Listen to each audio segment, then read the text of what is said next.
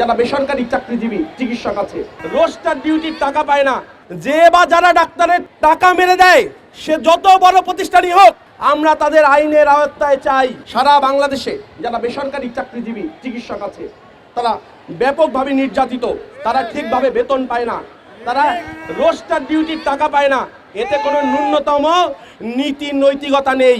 বিএমডিসির অবিলম্বে একটি কমিশন গঠন করতে হবে, যে বা যারা ডাক্তারের টাকা মেরে দেয় সে যত বড় প্রতিষ্ঠানই হোক, আমরা তাদের আইনের আওতায় চাই।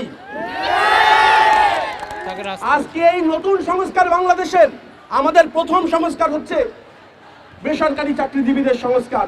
তো একজন ডাক্তার যখন বেসরকারি চাকরি করে তখন তাকে আমরা 2100 টাকা দিয়ে 24 ঘন্টা খাটাই নিতে পারি না। আজকে ওয়ার্ড স্যার আমাদের এখানে আছে, আমরা যখন নন রেসিডেন্ট ছিলাম ওনার একটা বিশাল ভূমিকা ছিল। আমরা ভাতা পাওয়ার জন্য আমরা খেয়ে পড়ে বেঁচে থাকছি ওই কোর্সের সময়টা। এর জন্য স্যারকে হয়তোবা আমরা কোনো প্রাতিষ্ঠানিক পুরস্কার দিতে পারি নাই, কিন্তু স্যার আমাদের প্রত্যেকটা ডাক্তারের মন থেকে আপনার জন্য একটা স্বাধীনতা পুরস্কার আছে।